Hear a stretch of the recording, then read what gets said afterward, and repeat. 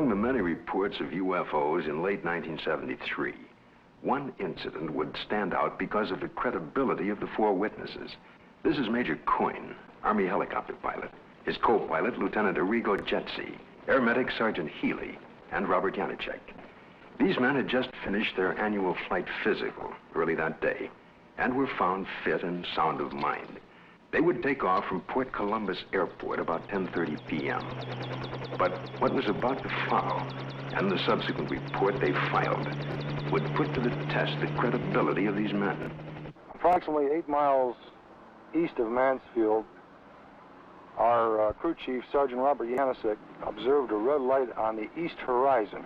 Did you gentlemen see the same red light? Yes, I did. Our helicopter was flying on a northerly heading. We were flying at an altitude of 2,500 feet. He indicated that the light seemed to be pacing the helicopter, moving along in a parallel direction with our aircraft. Which direction from the helicopter was the object? Moving, it was to our right, to the right side of the helicopter, and it was moving with us as we were heading north towards Cleveland. And at this time, he indicated that the light changed its direction, was coming directly at the helicopter at the same altitude. And as the helicopter was maintaining a speed of 90 knots, the object came at a terrific speed from the horizon. We estimated 15 miles. Visibility was reported 15 miles that night. Did you gentlemen see the object at this time, after it had been pointed out by the sergeant? No, not at that time. I was flying left seat or co-pilot, and visibility from that seat from an object approaching from the right is rather limited. So I was having a difficulty seeing the object. And it was for that reason that Major Coyne did take the aircraft or the controls from me. I grabbed the controls from Lieutenant Jetsi because I thought it was going to hit us. I braced for impact. With that, I pushed the collective down to get the helicopter to start to descend. I then looked at the altimeter. It was showing 1,700 feet. We were descending 1,000 feet a minute. The helicopter began to descend, and as this object came at the helicopter, it seemed to descend with the helicopter. When the helicopter went down, the object came down, but it still came directly at our broadside, as if to hit the helicopter from the right side. Did anyone else see the object at this time? Yes, I was watching it come on out of the east horizon.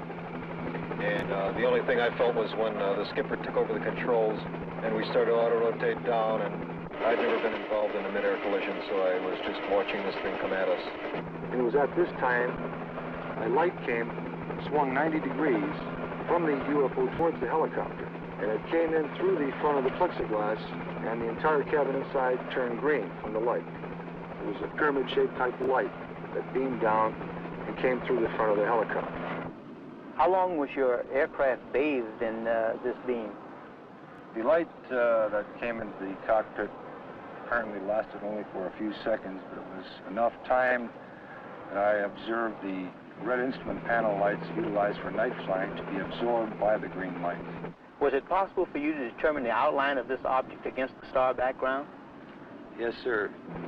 It was a cigar-shaped object, like a symmetrical airfoil with the dome on it. It was a solid object. It was a metallic structure to it. And you could see lights reflecting off the structure, and you could not see any of the stars or behind the object itself. Well, while all this was going on, what was the attitude of the helicopter? Apparently, when we were supposed to be descending at 2,000 feet a minute at 100 knots, we were climbing at 1,000 feet a minute with the controls still established for a descent. And we went from 1,700 feet up to 3,500 feet and topped out at 3,800 feet. I would like to stress one important fact, and that is there is approximately 20 years of Army aviation experience between the 4 men on board the helicopter that night. We have been trained to follow procedures and regulations in reporting incidences, regardless of how they're accepted. And we tried to follow those procedures. And we reported the incident as it occurred and have avoided any speculation on the subject. What you're witnessing is based on fact. Some will find it fascinating. Some may find it frightening. But it is all true. With special thanks to NASA and the Department of Defense for their cooperation in our search for UFOs. It has begun.